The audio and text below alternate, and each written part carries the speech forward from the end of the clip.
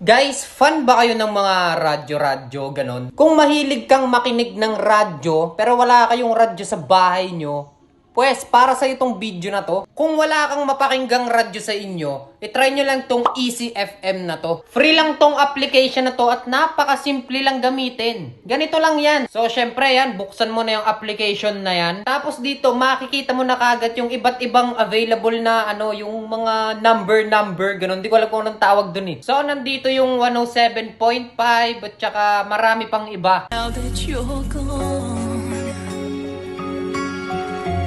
Hindi ko natatagalan, baka makapiright tayo eh. At ito pa, hindi lang Philippines ang meron dyan. Pwede rin kayong makinig sa radyo ng ibang bansa. So halimbawa, dito sa United States, makikinig tayo.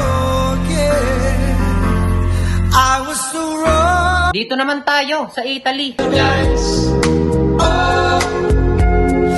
All days. At napakarami pa. Iba't ibang bansa, pwede kayong makinig dun. May access kayo, ganun. Kaya kung ako sa inyo, try nyo na siya kung mahilig kang makinig ng radyo. So, free lang siyang i-download. Okay, bye.